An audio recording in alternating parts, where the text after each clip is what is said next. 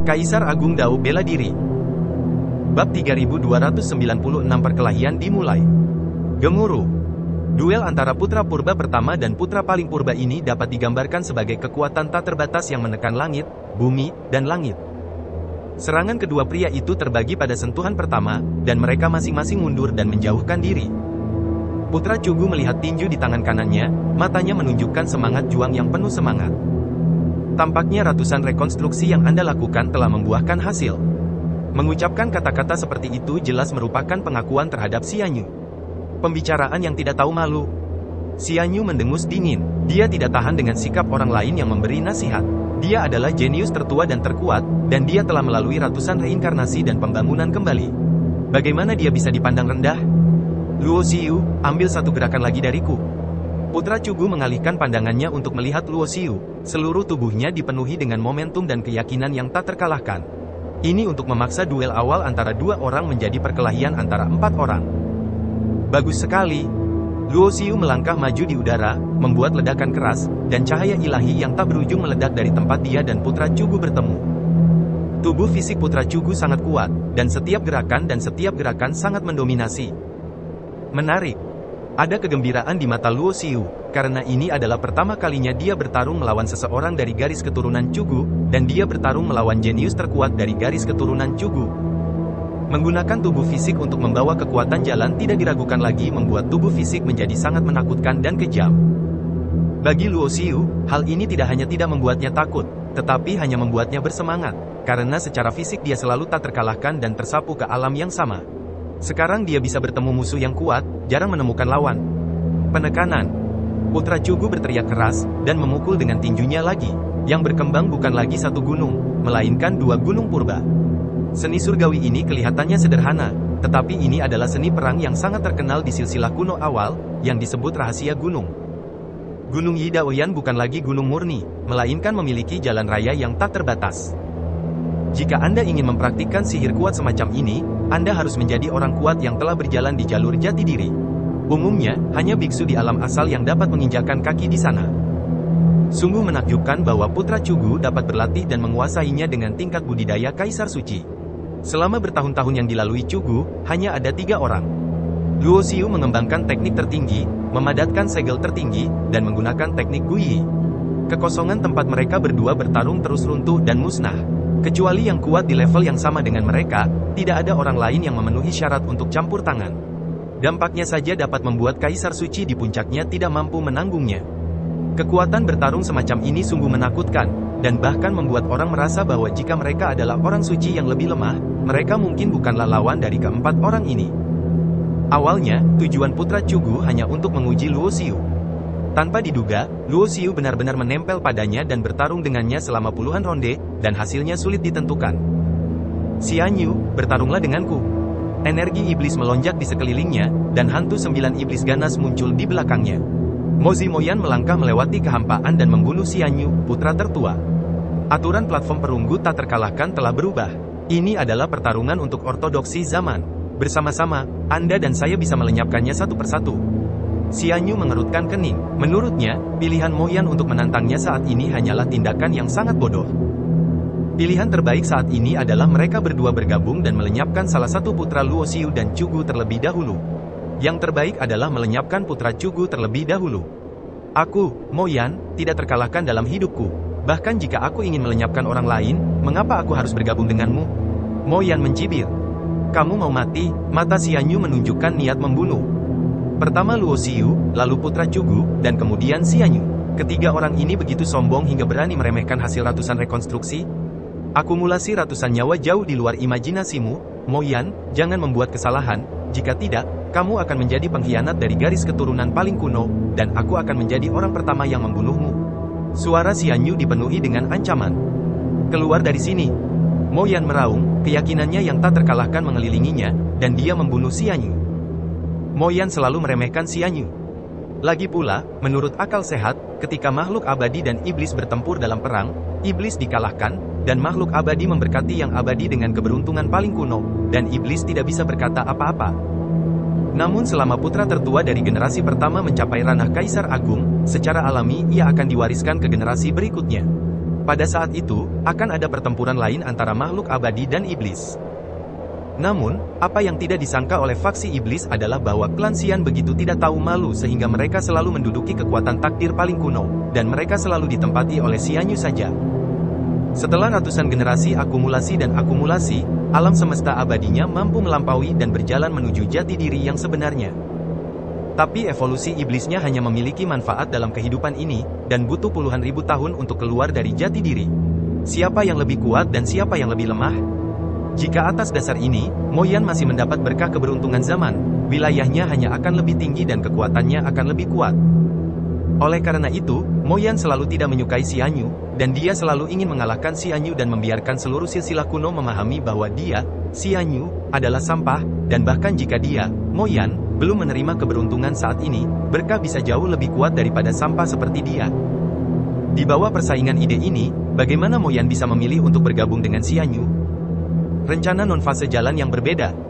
Ini adalah interpretasi terbaik dari Mo Yan dan Xian Yu. Ledakan. Dalam sekejap mata, Mo Yan dan Xian Yu bertarung selama puluhan ronde.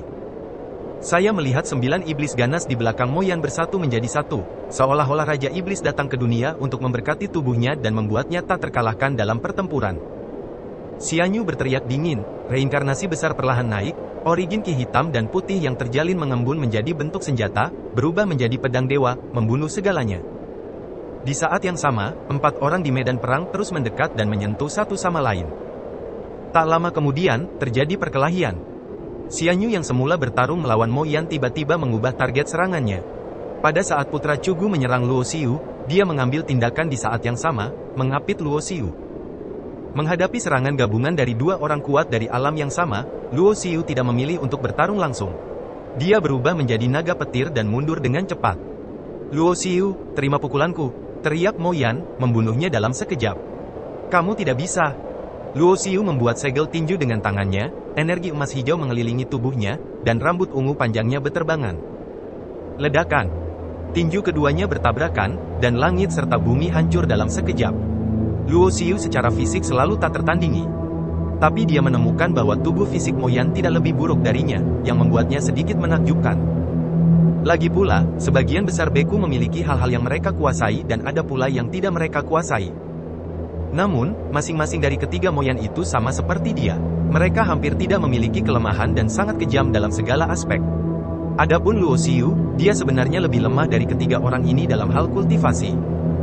Bagaimanapun, Mo Yan, Putra Cugu, dan Xian Yu semuanya berada di puncak alam Kaisar Suci. Hanya Luo Xiu sendiri yang berada di tingkat ketiga Kaisar Suci.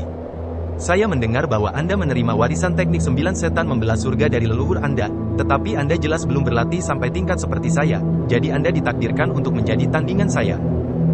Di belakang Mo Yan, 9 iblis bergabung menjadi satu, memberkati tubuhnya, menjadikannya seolah-olah Raja Iblis telah turun, tak terkalahkan ke segala arah.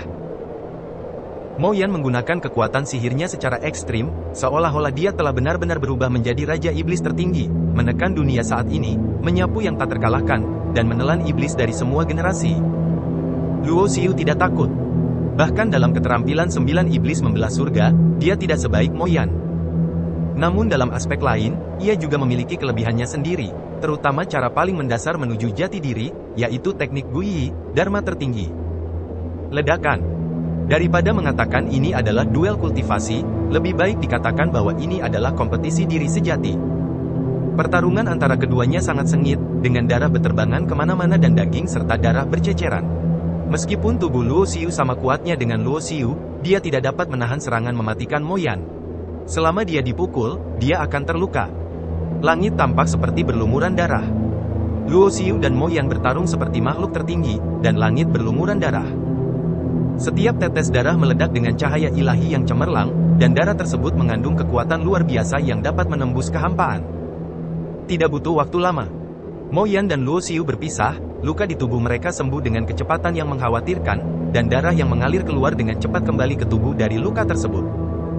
Di ranah dan level mereka, sulit bagi lawan di ranah yang sama untuk mengancam hidup dan mati. Saya mendengar bahwa keterampilan pemurnian tubuh Anda tidak ada bandingannya. Apakah Anda berani membandingkan dengan tubuh iblis saya yang paling kuat? Mo Yan meraung, alih-alih menggunakan kultivasi dan jalannya, dia bergegas maju dengan tubuh fisiknya yang murni dan menyerang dengan satu telapak tangan. Ledakan. Bahkan kekuatan murni dari tubuh fisiknya cukup untuk menekan para jenius lain di alam yang sama. Langit seolah terbelah oleh telapak tangan. Kekuatan murni seperti itu terlalu menakjubkan dan menakutkan. Ekspresi Luo Xiu juga menjadi serius, dan tubuh fisiknya bergerak ekstrim untuk bertarung dengannya. Di saat yang sama, saat pertempuran meningkat, keduanya menggunakan cara lain, termasuk Luo Xiu, yang juga menggunakan metode bawaan yang baru saja berhasil dia latih. Mereka berempat terus bertukar lawan. Di antara keempat orang ini, Luo Xiu memiliki akumulasi paling sedikit, tetapi dia sangat kuat dan tak terkalahkan, menarik banyak jenius awal dan kuno untuk memandangnya dengan kagum. Teknik kembali ke satu yang asli. Luo Xiu berhadapan lagi dengan Xian Yu, putra paling kuno. Dia meningkatkan kekuatan tempurnya ke puncaknya dan memadatkan pedang di tangannya, pedang yang lahir dari Tao. Karena sulit bagi kita untuk menentukan pemenangnya, mari kita singkirkan satu orang terlebih dahulu. Tiba-tiba, Putra Cugu berbicara. Dan saat dia mengucapkan kata-kata ini, dua orang lainnya melihat ke arah Luo Xiu pada saat yang sama. Meskipun Mo Yan dan Xian Yu tidak berkelahi satu sama lain, saat ini, mereka secara alami harus menempatkan diri mereka pada posisi garis keturunan paling kuno. Lagi pula, jika seseorang harus disingkirkan terlebih dahulu, melenyapkan Luo Xiu adalah pilihan terbaik. Dengan cara ini, silsilah mereka yang paling kuno, 2 lawan 1, dapat melenyapkan Putra Cugu, dan ketika saatnya tiba, Mo Yan juga dapat melawan Xian Yu untuk menentukan hasilnya. Untuk pertempuran menara perunggu ini, garis keturunan paling kuno telah direncanakan sejak lama. Tanpa peringatan apapun, Putra Cugu, Xian Yu, dan Mo Yan semuanya mengambil tindakan pada saat yang sama, menargetkan Luo Xiu. Perubahan mendadak ini mengejutkan semua orang. Kenapa huru-hara antara 4 generasi muda Supremes tiba-tiba berubah menjadi 3 orang yang bekerja sama untuk mengincar satu orang? Pemandangan seperti itu terlalu mengejutkan. Bagaimanapun, salah satu dari mereka berempat dapat bersaing dengan level Holy Lord dengan melompati level Holy Emperor. Luo Xiu sudah mati. Seseorang dalam silsilah paling kuno menegaskan. Bisakah dia bertahan? Banyak orang di silsilah tak berujung merasa gugup. Bagaimanapun, partisipasi Luo Xiu dalam pertempuran juga mewakili keabadian sampai batas tertentu. Pertempuran meningkat dalam sekejap, meskipun ketiga pria itu bersama-sama menyerangnya, Luo Xiu tetap tidak terjatuh.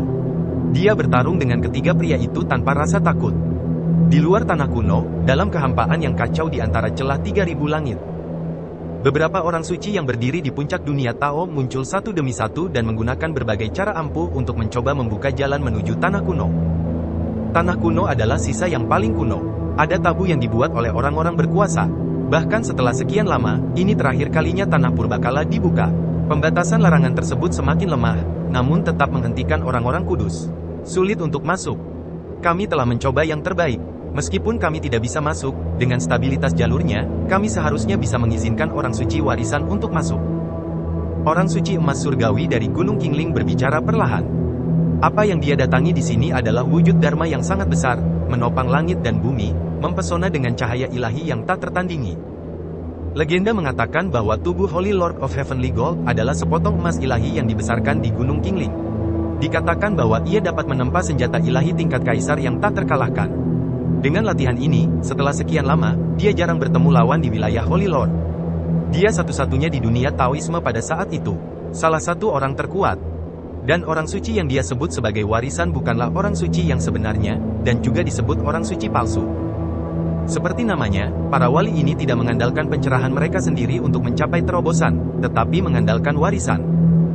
Dalam beberapa tahun terakhir, dunia Tao juga mencapai puncak kejayaannya, dan ada banyak orang yang luar biasa dan berkuasa. Beberapa orang kudus yang telah jatuh telah meninggalkan roh rohani warisan mereka. Oleh karena itu, di antara kekuatan-kekuatan besar, mereka yang memiliki fondasi yang kuat tetapi tidak pernah mampu menerobos ke alam suci akan memiliki kesempatan untuk memasuki tingkat suci dengan bantuan roh spiritual yang mereka warisi. Namun, Holy Lord yang menerobos dengan cara ini akan terbelenggu pada kondisi saat ini sepanjang hidupnya dan tidak akan pernah bisa melangkah lebih jauh. Di saat yang sama, karena kekuatan Holy Lord yang mereka peroleh bukanlah kekuatan yang mereka pahami sendiri, mereka juga yang terlemah di level Holy Lord, dan kekuatan mereka setara dengan kekuatan antara Kaisar Suci dan Holy Lord. Meski begitu, betapapun kuatnya Kaisar Suci, sulit untuk bersaing dengan Tuan Suci yang diwariskan. Sudah cukup, bahkan keajaiban paling kuat dari zaman kuno, dengan latihan kurang dari 100.000 tahun, tidak akan mampu mengumpulkan cukup banyak untuk melangkah ke alam suci. Dengan mewarisi kekuatan Holy Lord, dia seharusnya mampu menyapu bersih semua yang tak terkalahkan. Orang-orang kudus lainnya berbicara. Pembatasan lahan kuno sangat kuat, dan kami tidak dapat mengirim banyak orang masuk. Jumlah tempat terbatas, seseorang berkata. Hasilnya, dengan King Lingsan sebagai pemimpinnya, semua orang suci dan leluhur dari silsilah utama yang hadir bersaing untuk mendapatkan tempat. Lagi pula, jika seorang biksu dari garis keturunan bisa diutus, maka mereka akan mempunyai kesempatan untuk memperoleh keberuntungan terbesar yang tersisa di negeri kuno. Menurut berita yang dikirimkan kembali oleh orang-orang kuat terlarang yang telah memasuki lautan kekacauan dan bahkan dunia abadi, jika kita bisa mendapatkan bagian ciptaan itu, era tanpa akhir mungkin bisa terhindar dari malapetaka kehancuran dan menjadi satu-satunya era dalam sejarah panjang yang bisa bertahan selamanya. Keturunan istana surgawi saya sudah mati. Dia menderita kerugian besar di tanah kuno dan perlu balas dendam. Sebuah suara dingin datang, menekan amarah yang luar biasa. Pada level Holy Lord Realm, dia telah kehilangan semua ekspresi kegembiraan dan kemarahan. Mampu membuatnya begitu marah menunjukkan betapa bergejolak amarah di hatinya dan betapa sulitnya menenangkan diri. Jelas sekali, monster tua dari istana surgawi ini juga telah mengungkapkan sikapnya. Dia harus mendapatkan tempat untuk memasuki tanah kuno sebagai orang suci warisan. Istana surgawi mereka ingin membalas dendam. Di alam suci, ada juga titik kuat dan lemah. Faktanya, selama bertahun-tahun, semakin sulit untuk mencapai ranah Kaisar Agung. Beberapa orang suci yang berkuasa dan makmur pada akhirnya akan memilih untuk pergi ke laut kekacauan atau dunia abadi untuk mencari jalan menuju alam yang lebih tinggi. Mereka yang selalu tinggal di dunia Dao dan belum pergi, nyatanya hanya bisa dianggap sebagai eksistensi biasa di antara orang-orang kuat di alam yang sama. Terakhir kali, wanita tak tertandingi Zi Yanran muncul dan meminta orang suci tertentu untuk pergi ke laut kekacauan dengan menyebutkan namanya. Ini sebenarnya adalah perilaku yang tidak bisa diterima. Lagi pula, di era tanpa akhir, satu demi satu orang kuat pergi berperang di lautan kekacauan dan dunia abadi, berharap dapat menciptakan dunia kelangsungan hidup bagi keturunan era tanpa akhir di masa depan. Namun ada sebagian orang yang rakus hidup dan takut mati serta tidak berani ke sana. Mereka berkerumun di dunia Tao yang nyaman dan mendominasi. Kecuali kuil surga. Masing-masing leluhur juga berbicara satu demi satu, belum lagi rejeki penting yang sangat penting bagi Wu, dan rejeki lainnya di tanah purbakala juga sangat berharga. Legenda mengatakan bahwa nenek moyang klan iblis ditindas, dan ada juga warisan makhluk tertinggi klan abadi, Del. Menurut perjanjian kuno, orang kuat paling kuno akan meninggalkan tanah kuno. Jika para beku di zaman tanpa akhir dapat memperolehnya dengan kemampuan mereka sendiri, pihak lain tidak akan mengejarnya. Tidak butuh waktu lama untuk memastikan lokasinya. Semua orang terpilih memiliki mata dingin. Nenek moyang dapat mempelajari beberapa hal di tanah purbakala melalui metode rahasia khusus. Secara alami, mereka tahu bahwa junior bernama Luo Xiu telah menyebabkan perubahan besar di negeri kuno. Tetapi bagi orang-orang seperti mereka, begitu mereka tiba, siapapun yang disebut jenius tidak lebih dari seorang bajingan. Jika kamu tidak bergabung dengan Holy Lord, maka kamu akan menjadi seperti semut di hadapan Holy Lord. Di dunia emas menara perunggu, 4 sosok saling membunuh dengan sengit di medan perang. Tiba-tiba, riak muncul di dunia emas. Fluktuasi misterius menyebar, menyebabkan Luo Xiu dan mereka berempat berhenti dan melihat ke arah dengan mata ragu. Pada saat ini, orang-orang di luar menara perunggu menemukan bahwa segala sesuatu di menara perunggu telah kabur, dan mereka tidak dapat lagi melihat apapun dan tidak dapat masuk. Luo Xiu menjaga jarak tertentu dari 3 orang lainnya dan melihat ke langit dunia emas. Pemandangan luar biasa muncul, seperti gambaran kenangan yang tercetak di sini. Perang. Tiba-tiba terdengar suara gemuruh yang nyaring, penuh keengganan, auman selama 9 hari, berlangsung di tahun-tahun yang kekal, dan berlangsung dalam waktu yang lama. Pemandangan berubah dengan cepat seperti hantu. Luo Xiu melihat kehampaan yang gelap, seperti akhir dari segalanya.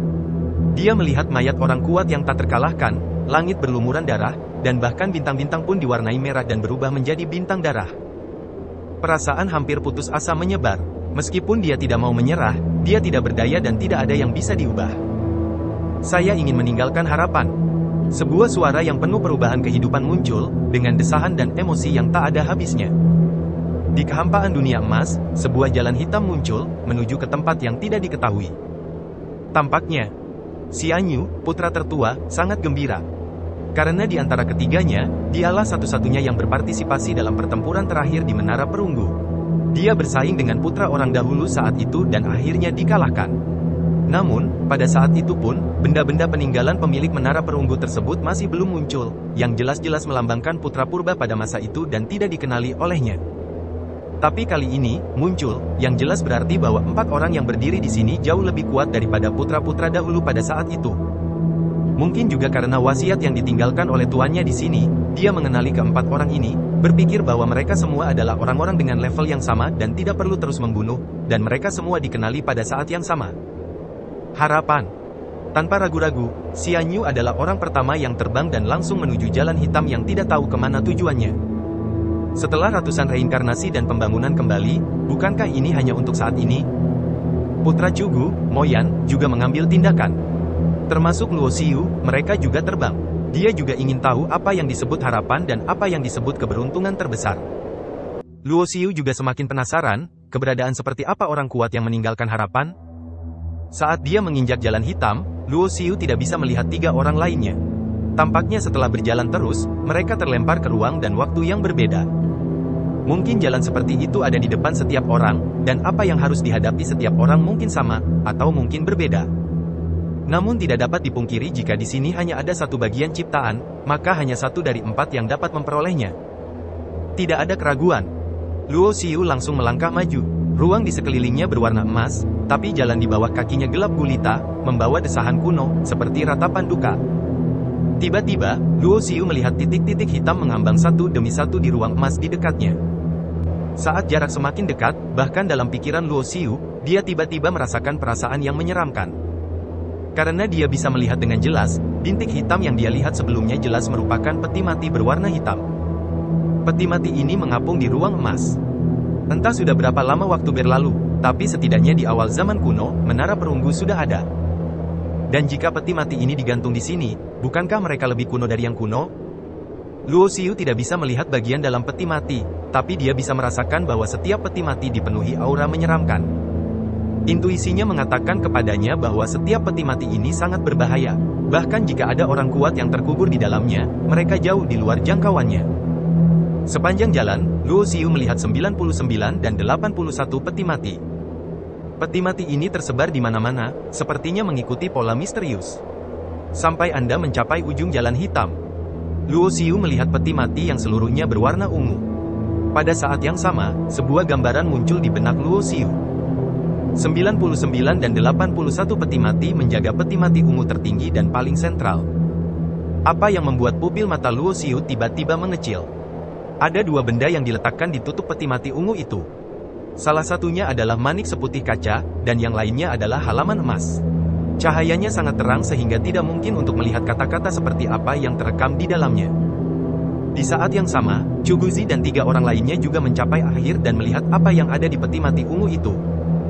Hanya saja berbeda dengan Luo Xiu, masing-masing dari mereka berempat melihat sesuatu yang berbeda. Pada saat ini, langit dan bumi di luar menara perunggu berguncang, sebuah lorong terbuka, dan tekanan yang sangat besar dan tak terduga turun.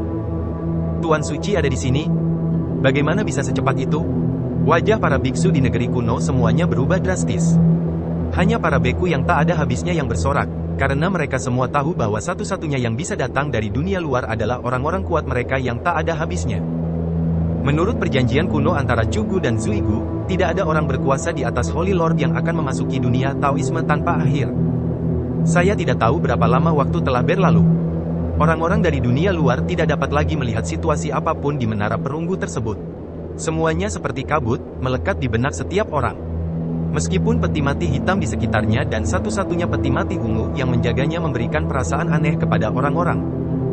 Tapi Luo Xiu tetap memilih untuk berjalan mendekat, mengulurkan tangan dan mengambil 2 benda di tutup peti mati. Di saat yang sama, Luo Xiu menemukan sesuatu yang aneh. Setelah diperiksa lebih dekat, peti mati ungu ini tampak agak ilusi. Jika Anda menyentuhnya dengan tangan, jelas akan terasa nyata. Namun perasaan spiritual di dalam hatinya membuat Luo Xiu merasa bahwa peti mati di depannya tidak nyata, melainkan hanya proyeksi. Tepatnya, ini adalah proyeksi nyata. Inilah kekuatan untuk mengubah khayalan menjadi kenyataan, yang mendekati penciptaan, datang dari ketiadaan.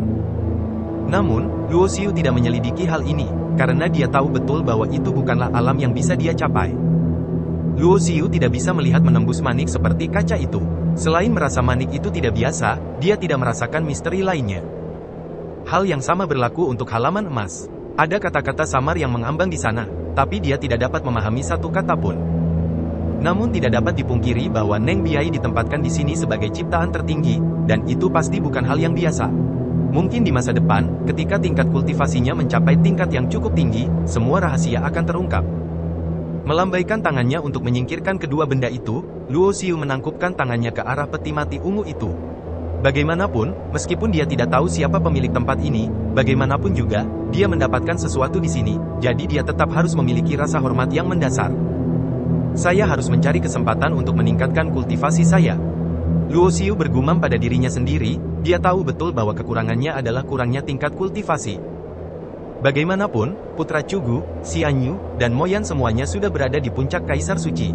Begitu salah satu dari mereka menerobos ke Kaisar Suci, mereka pasti dapat menyapu bersih yang lain dengan mudah.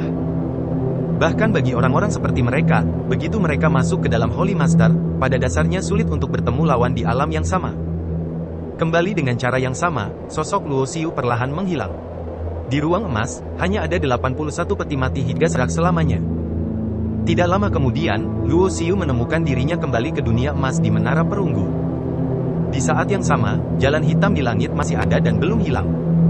Saluran ini adalah satu-satunya. Dengan kata lain, setelah Luo Xiu dan mereka berempat berjalan, titik awal semua orang ada di sini, dan pintu keluarnya juga ada di sini. Apakah aku yang pertama keluar? Luo Xiu mengangkat alisnya, tapi dia tidak memilih untuk keluar dari Menara Perunggu. Karena kalau dipikir-pikir dari sudut pandang orang lain, jika salah satu dari 3 orang lainnya yang keluar lebih dulu, dia pasti akan menemukan bahwa pintu masuk dan keluarnya adalah tempat yang sama. Jadi karena 3 orang lainnya belum keluar, bukankah ini kesempatan terbaik untuk menyergap? Luo Xiu bukanlah orang yang keras kepala dan bertele-tele. Sebelumnya, ketiga orang tersebut bahkan ingin bergabung untuk membunuhnya, dan sudah ada sebab akibat antara kedua pihak. Karena ada peluang untuk penyergapan dan serangan diam-diam, bagaimana dia bisa melewatkannya? Memikirkan hal ini, senyuman muncul di sudut mulut Luo Xiu, dan sosoknya berangsur-angsur menghilang, seolah-olah dia telah menyatu dengan dunia emas, tanpa nafas sedikit pun, seolah-olah dia telah menghilang. Seperti yang diharapkan Luo Xiu. Tidak lama kemudian, putra orang dahulu muncul dari jalan hitam dan keluar dari sana. Segera setelah itu, Moyan juga keluar dari situ. Melihat putra Cugu yang keluar selangkah di depannya, mata Moyan dingin dan dia memiliki niat yang samar untuk mengambil tindakan. Saat keduanya saling berhadapan, Xian Yu keluar dari posisi ketiga. Xing Fei, aku penasaran, apa yang kamu dapatkan di dalamnya? Mata Xian Yu juga menunjukkan cahaya dingin. Dia berjalan maju dan berdiri bersama Moyan. Saat ini, kedua musuh lama itu sepertinya sedang bergabung. Bagaimanapun, pada saat ini, mereka tidak mewakili individu, juga tidak mewakili makhluk abadi dan iblis, tetapi seluruh dunia kuno. Aku juga penasaran dengan apa yang kamu dapat. Putra kuno bernama Xing Fei bertanya sambil tersenyum. Namun, saat dia berbicara, dia juga mundur, membuat jarak antara dirinya dan Moyan dan Xian Yu.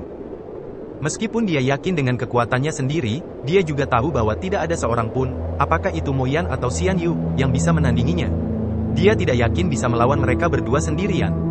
Kalaupun terjadi konfrontasi, hasil terbaiknya adalah kedua belah pihak akan menderita kerugian. Kamu masih ingin pergi? Moyan mencibir dan hendak memaksanya maju. Jangan khawatir, masih ada satu orang yang belum keluar. Pada saat ini, Xian Yu melambaikan tangannya dan menghentikan Moyan mengincar Xing Fei, putra Cugu.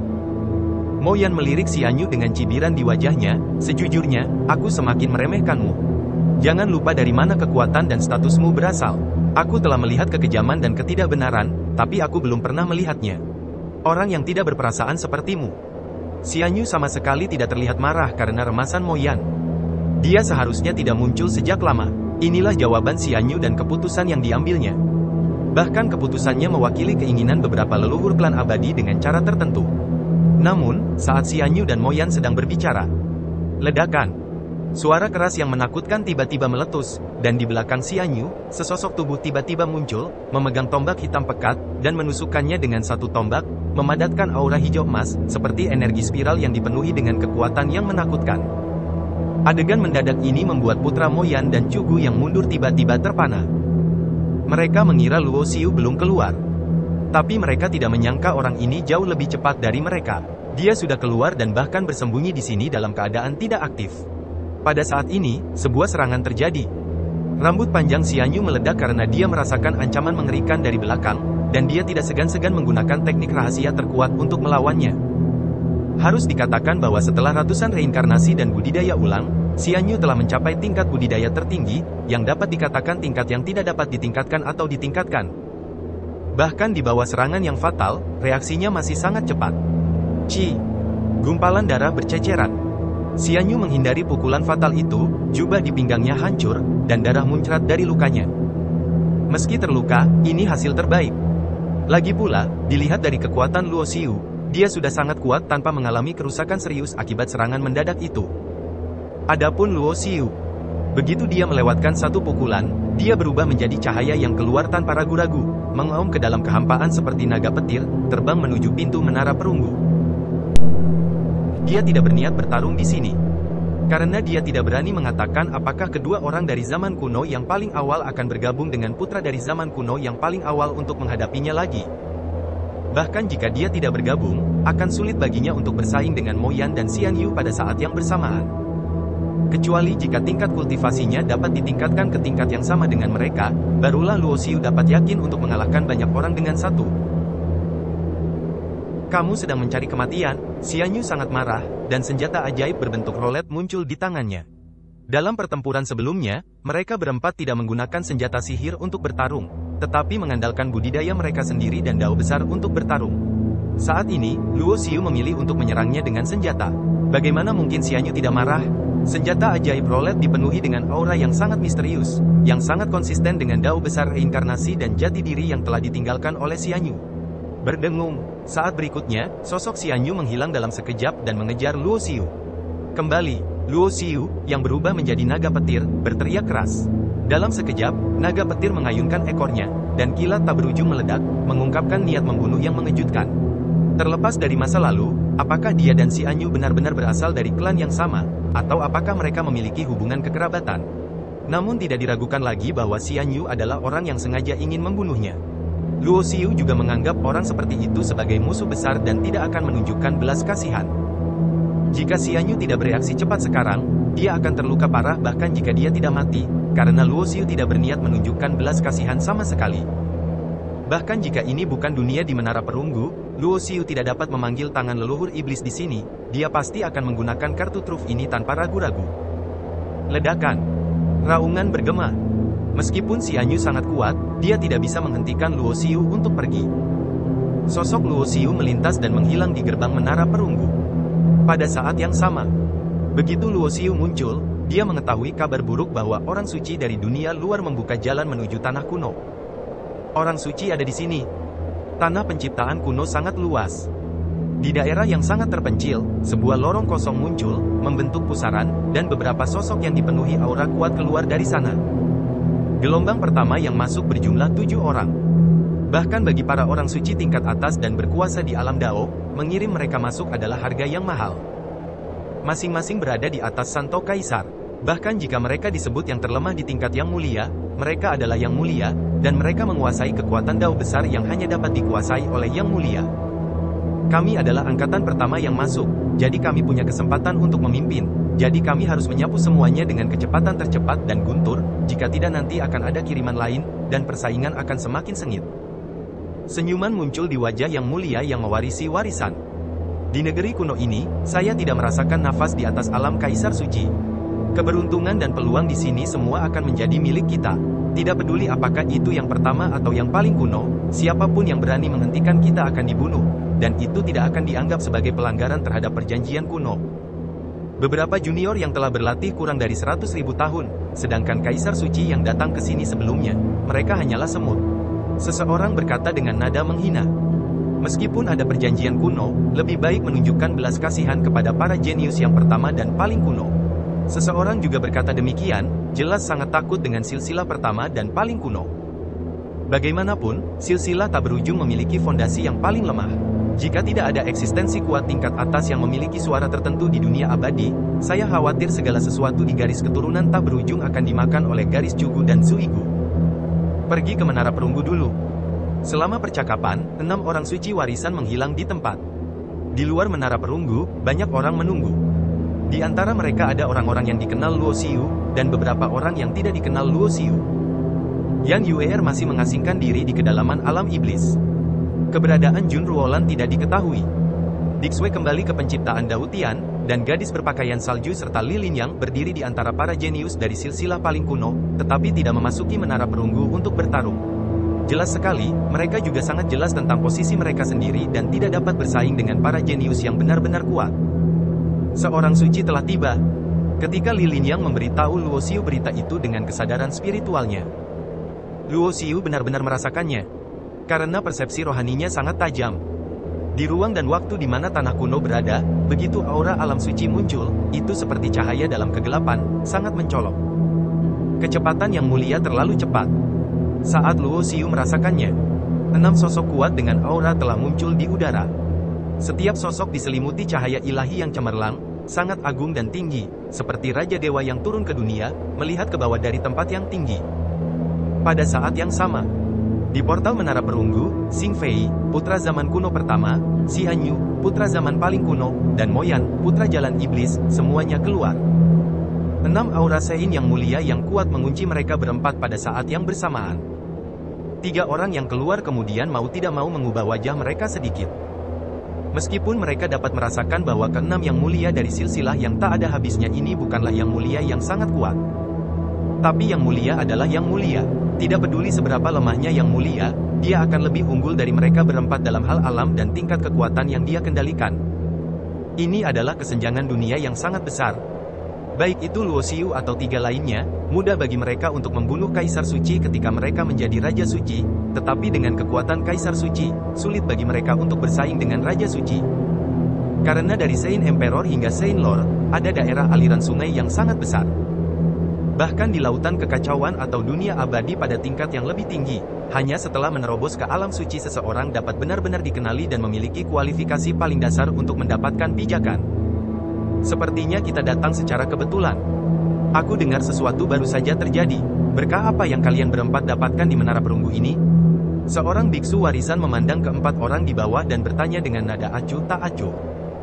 Ini lebih merupakan sebuah pertanyaan daripada sebuah pertanyaan, sebuah nada memerintah yang tidak dapat dibantah atau ditolak. Saat ini, di belakang 6 orang suci warisan ini, banyak biksu dari silsilah tak berujung yang telah ditekan dan hampir kehilangan kepercayaan diri dan keyakinan mereka, semuanya mengangkat kepala dan bersemangat.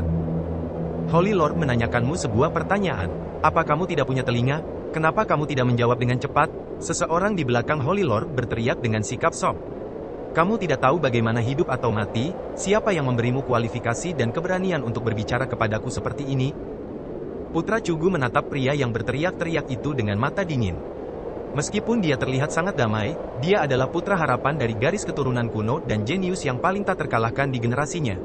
Ia juga memiliki kesombongannya sendiri dan tidak mentolerir provokasi atau penghinaan dari orang lain.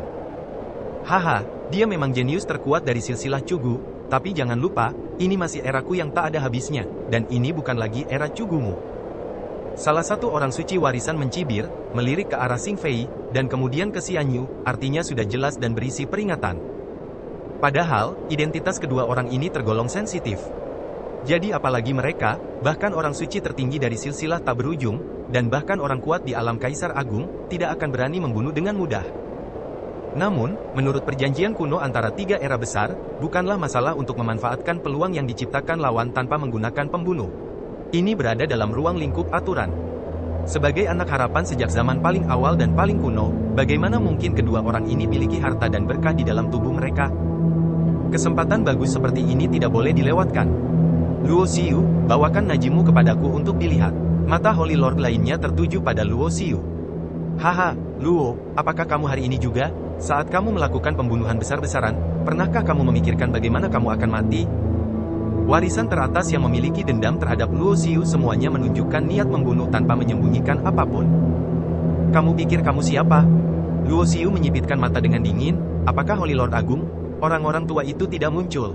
Dapat dilihat bahwa pembatasan tanah kuno tidak memungkinkan mereka untuk masuk, dan kamu yang masuk sekarang hanya dapat dianggap sebagai yang terlemah. Bar.